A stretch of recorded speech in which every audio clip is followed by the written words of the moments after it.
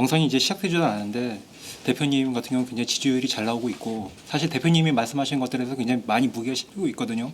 근데 이런 것을 놓고 당내에서 일부 주자들도 그렇고 또 당 바깥에는 또 다른 정당에서도 예, 대표님 관련해서는 마치 이제 대통령이 다 된 것처럼 본다는 비판을 하고 그러니까 대표님의 주변 인사들에 대해서는 약간 좀 호가호위를 할 만한 그런 사람들이 보인다 그런 얘기들 하고 있는데 이런 것을 단순하게 어떤 오해로 볼 수 있을까요? 저는 뭐 당내에서는 뭐 그런 이야기 듣지 못했고요. 경쟁하는 관계 있는 정당들에서 그런 식의 비난을 하는데 오해가 아니라 저는 악이라고 생각합니다. 악? 악이 악의. 예. 아직까지 뭐 선거를 시작도 못한 예. 경선도 시작도 못한 때고 아직 아무것도 시작되지 않았는데 그래서 아마 그런 분들은 그야말로 제가 대통령이 되는 것이 두려운 것이죠. 그리고 또 제가 대통령이 될 가능성이 가장 높다고 본인들 스스로 생각하니까 자꾸 이제 그런 표현들을 하게 되는 것이라고 생각합니다. 제가 1위 후보이기 때문에 받게 되는 공격이라고 그렇게 생각을 하고요. 그 뭐 측근들의 호가호위에 대한 어떤 우려 같은 건 걱정할 필요가 없을까요? 친노 뭐 패권, 패권, 친문 친문 패권 패권. 이렇게 이야기하는데 근데 그 문제는 친노 친문이 너무나 많은 거 아닙니까? 너무나 예. 많다.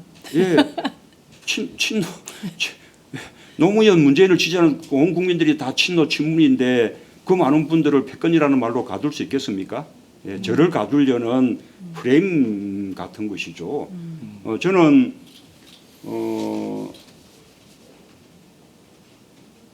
좀 세상을 바꾸고자 하고 이렇게 꿈꾸는 분들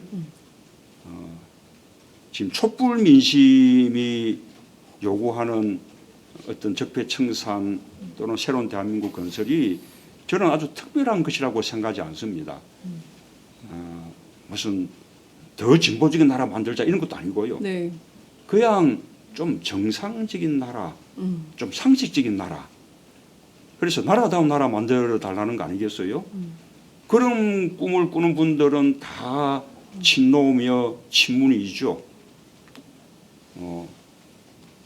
그런 비정상적이고 비상식적인 그래서 자신들의 기득권을 누리고자 하는 그런 반칙과 특권 세력들이 부정부패 세력들이 그런 변화를 두려워해서 가하는 그런 프레임 공격이 친노, 친문, 패권 이런 그 공격을 하는 것이죠.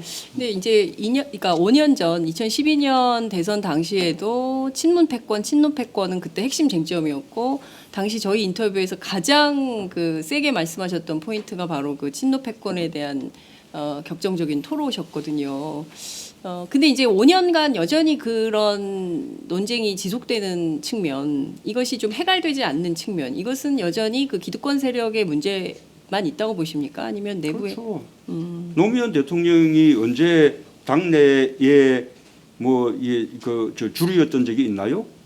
무슨 패권을 행사해 봤습니까?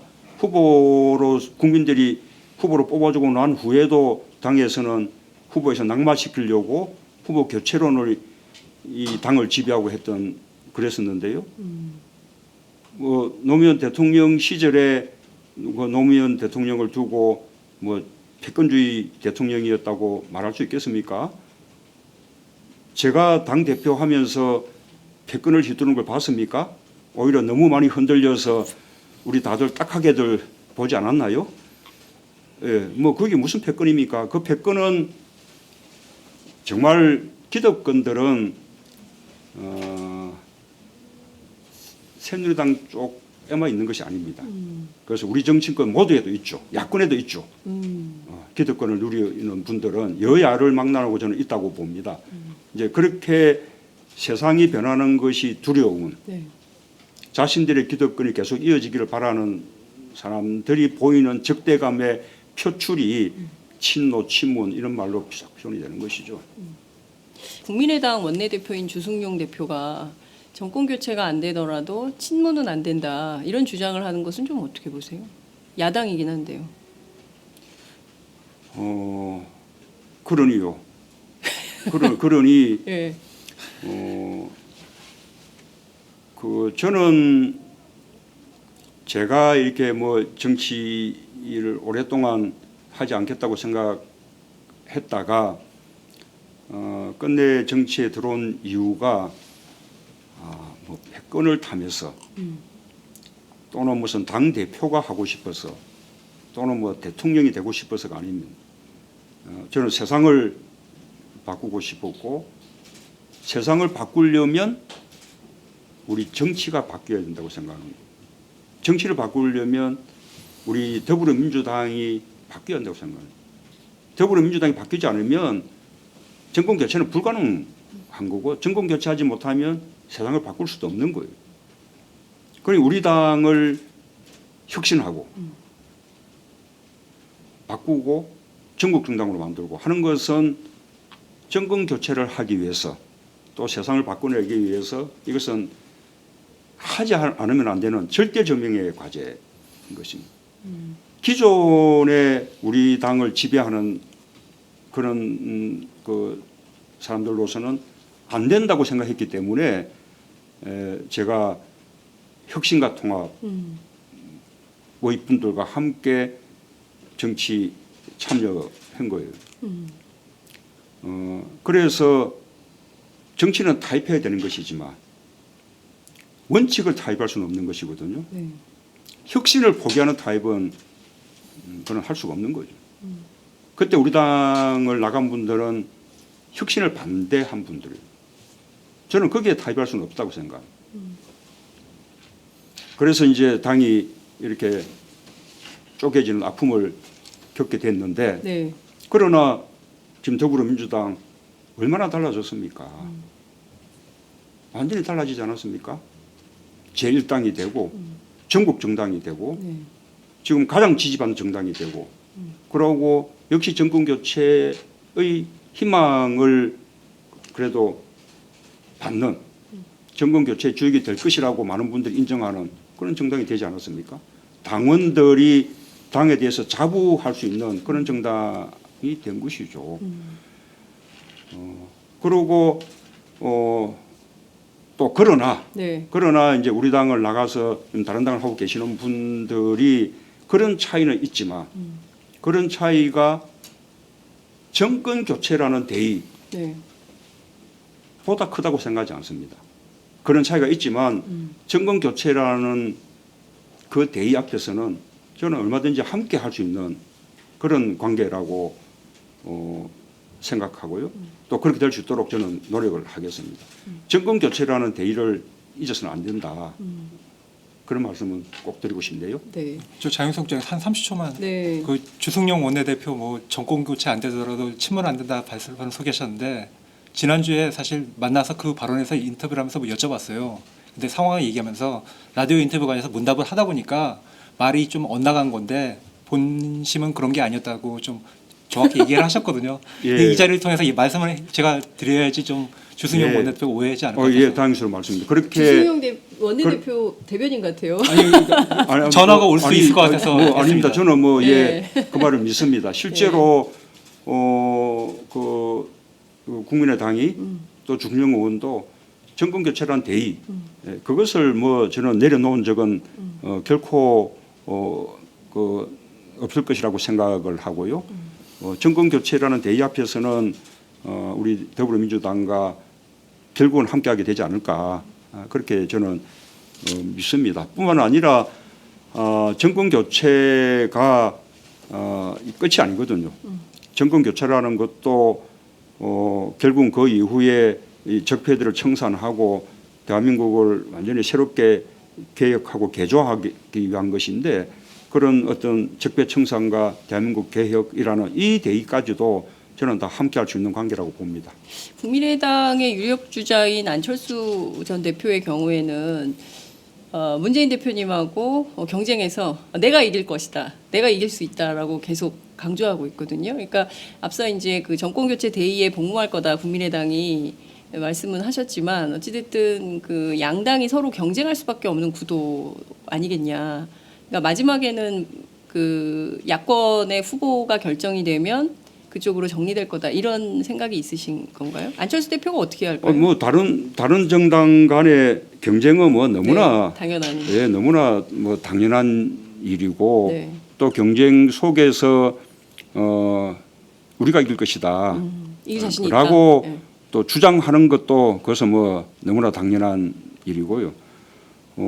그러나 그 경쟁의 그 이유도 결국은 정권 교체를 위한 것이기 때문에 우리끼리는 그렇게 경쟁하더라도 결국은 정권 교체라는 큰 그 대의 앞에서는 함께 될 거라는 거죠. 우리 당내 주자들이 치열하게 경쟁하지만 그러나 끝내는 또 함께 힘을 모아서 정권 교체를 해내야 되는 것과 뭐 저는 같은 이치라고 생각합니다. 네. 그 당내 경선이 이제 그 시작을 할 걸로 보입니다. 지금 경선 룰 세팅을 하고 있는 걸로 전해지고 있는데요. 지금 그 대표님 포함해서 세 분의 후보가 뛰고 있습니다. 안희정 충남지사, 이재명 성남시장, 그리고 이제 박원순 서울시장 이렇게 세 분이 있는데요. 김부겸 의원도 있습니다. 김부겸 의원도 계시고요. 누가 제일 두려운 후보십니까? 우리 이제 최근에 그 고양시의 고성시 아, 최성시장도 최성시장. 예, 고성시장, 최성시장도 최성시장. 지금 말씀드리려고 그런 예. 뜻을 밝힌 바 예. 있습니다. 저는 뭐 우리 당 그 지금 같이 경쟁하는 그런 분들이 저는 정말 자랑스럽습니다. 저는 그분들하고 경쟁하는 것만 해도 우리 정치의 발전을 보여주는 거라 생각해요. 우리 당이 그만큼 더 발전됐다는 것을 보여주는 것이기도 하고 정치가 빨리 이제 어떤 구시대의 정치로부터 자꾸 새롭게 이렇게 흘러내려야 되는 것이거든요. 새로운 정치는 결국은 새로운 사람들을 통해서 가능한 거죠. 지금 우리 경쟁하는 분들은 다 구시대 정치하고는 조금 거리를 두고 새로운 정치를 다 지향하는 그런 그 분들이어서 저는 이분들 사이의 경쟁만 해도 저는 아주 정말로 발전된 거고 아마 우리 당원들과 국민들이 야 누구를 선택할까 저는 좀 행복한 고민을 하게 되지 않을까 그렇게 생각합니다. 또 그렇기 때문에 다들 경쟁은 하더라도 또 끝내 또 함께 힘은 또 모을 수 있는 그런 분들이고 또 그런 관계예요. 그래요? 그래요, 진짜? 예, 뭐, 그 점에 대해서 뭐 왜 의심하나요? 경쟁이라는 것이 예. 항상 그렇죠. 뭐 항상 이제 상처를 주기가 쉬운데 네. 그러나 경쟁 후에 또 함께 힘을 모으는 것이 그것이 이제 국민들이 바라는 새로운 정치이기 때문에 거기에 부합하려는 노력들을 쭉 해온 분들입니다. 그리고 또 다 미래가 있는 분들이고 미래가 있다. 예. 미래가 있다는 것은 순서를 정하시는 느낌이 생각이 좀 드는데. 저는 아무래도 네. 새 시대를 여는 네. 뭐 첫 차가 되는 제 몫이다라고 저는 그렇게 생각하고 있죠. 그렇게 되기를 바라고요. 네. 그리고 또 그런 시대가 한 번으로 끝나는 것이 아니라 계속 이어져 나가야 한다고 생각합니다. 저는 정당 책임 정치를 공약했습니다. 제가 만약에 이 정권 교체를 낼 수 있다면 저는 다음 정부는 뭐 문재인 정부가 아니라 더불어민주당 정부가 될 것이다. 그렇게 말씀을 드렸는데 네. 이 더불어민주당 정부는 한 번이 아니라 두 번, 세 번, 네 번 이어져야 한다고 생각하고 또 세상 바꾸는 일도 이렇게 뭐 5년, 10년에 되는 일이 아니다는 게 과거에 김대중 노무현 정부가 보여준 거 아닙니까? 네. 그래서 앞으로 이렇게 계속 이어져 나가야 되는데 그런 토대들이 지금 우리 당의 후보들 속에 다 저는 갖춰져 있다. 네. 그렇게 말씀드리고 싶습니다. 이재명 시장이 그런 얘기를 합니다. 그 문재인 대표는 너무 호인이시다. 너무 좋은 형님이시다. 그래서 지금 해야 될 가장 중요한 임무는 그 역사의 잘못된 적폐를 청산하는 일종의 청소부 대통령이 필요하다. 그래서 적임자는 이재명이다. 문재인 대표가 하시면 너무 마음이 좋으셔가지고 세게 못할 거다 이런 얘기를 하십니다. 어떻게 보세요? 결국은 이게 첫차 첫차. 시작은 네. 뭐 가장 잘 준비된 사람이 할 수밖에 없는 것이죠. 우리 이재명 시장의 미래가 아주 밝습니다. 나이 순대로 하자. 뭐 이런 건가요? 형님 먼저 아무 먼저가 아니라 네. 정말 이번에는 이 준비된 대통령이 꼭 필요해요. 뭐 늘 중요하죠. 늘 뭐 준비된 대통령 늘 중요한데 네. 이번에는 특히 중요한 게